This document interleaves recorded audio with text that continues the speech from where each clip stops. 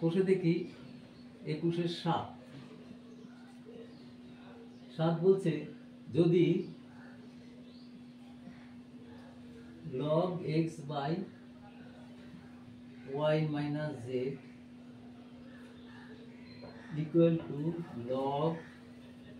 y by z minus x equal to log z by x minus y হয় দেখাই x y z equal to 1।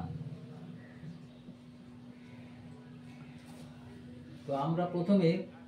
এই অঙ্কটা করার জন্য দেখো সবকটা সমান আছে, এগুলোকে আমরা কে ধরি। log x by y minus z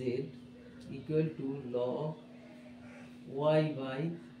z minus x equal to log z by x minus y equal to কে ধরি।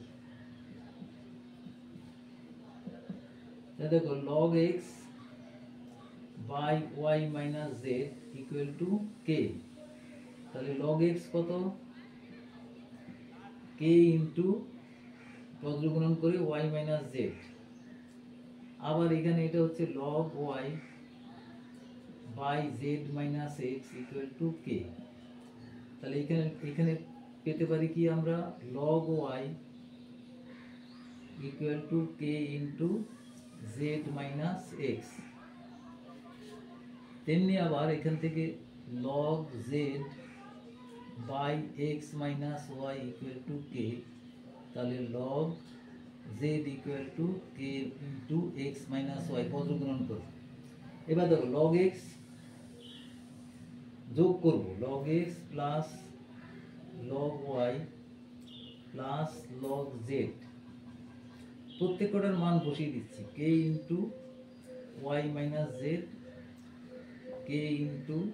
y এর মান z minus x k plus k into x minus y। তাহলে এইটা দেখো log যোগ আছে, তাহলে আমরা এটা লিখতে পারি log x y z equal to, এখানে k কমন নিচ্ছি, y minus z plus z minus x plus